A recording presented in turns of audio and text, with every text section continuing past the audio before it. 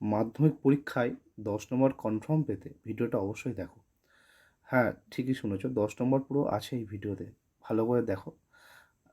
আর তার চেয়ে বেশি ইম্পর্টেন্ট, এই যে পরীক্ষা হতে চলেছে 40 নম্বরের তোমাদের প্রথম ইউনিট টেস্ট, যেটা কদিন পরে হবে, তো সেখানে 10 নম্বর তো অবশ্যই পাবে। তো মাধ্যমিক পরীক্ষায়ও আসার সম্ভাবনা অত্যন্ত প্রবল।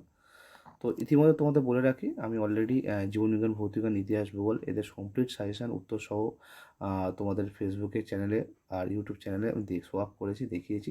তোমরা যারা যারা কিনেছো, অনেক লোক কিনেছে, অনেক স্টুডেন্ট আগ্রহী হয়েছে, তারা আমাদের কাছে হোয়াটসঅ্যাপের মাধ্যমে যোগাযোগ করে বাই করেছে পিডিএফ।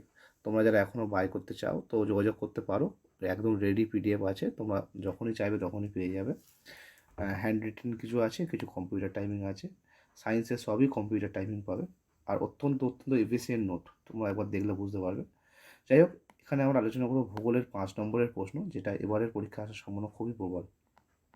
হয়তো এই কটার মধ্যেই অবশ্যই আসবে। তো প্রথম অধ্যায় থেকে আমরা কী কী প্রশ্ন করব?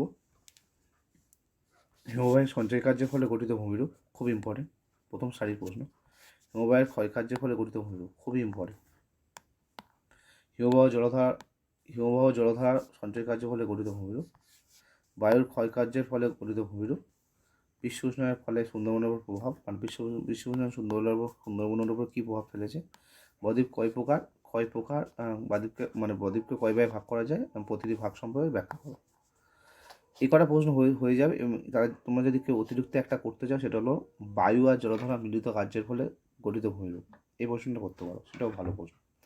তো আমার বিশ্বাস এই করার মধ্যে হয়ে যাওয়া উচিত প্রথম অধ্যায়। এবার আসছি ভূপ্রকৃতি জলসম্পদ, যেটা আমাদের 5 অধ্যায়, যেটা এই ইউনিট টেস্টে পরীক্ষা হয়। এই দুটো অধ্যায়েরই সাজেশন আমরা এই ভিডিওতে আলোচনা করব।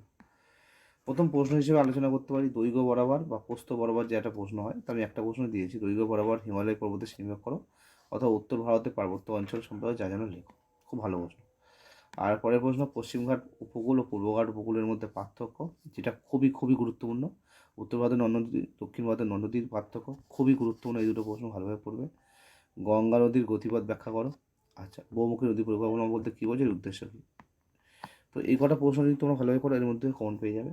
এই ছিল তোমাদের এই ভিডিওর বিষয়বস্তু। আশা করি ভিডিও তোমাদের ভালো লেগেছে। ভালো লাগলে অবশ্যই লাইক, সাবস্ক্রাইব করে যাবে, ফলো করে যাবে।